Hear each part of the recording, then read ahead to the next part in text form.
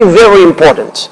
And if you can make spiritual progress in every other area of your life is absolutely assured. Because the spiritual controls the physical.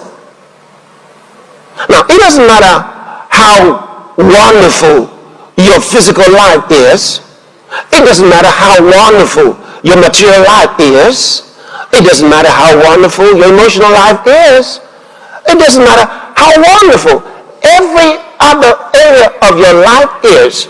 If you got problems spiritually, it won't take too long before every other area is jeopardized. Every other area will get into trouble sooner or later. It won't take too long. Because your spiritual life controls everything about you. You are not a physical being. You're not a body. You're a spirit being. See, that's your nature. You're primarily a spirit person. And so, if your spirit life is not together, you're going to have problems in every other area sooner or later. It won't take long.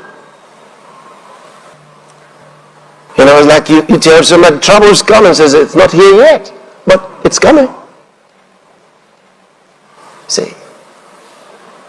So always you deal with the spiritual and put it in the right perspective, in the right position. And once that is working out well, it will produce the life that's needed in every other thing about you. Glory to God.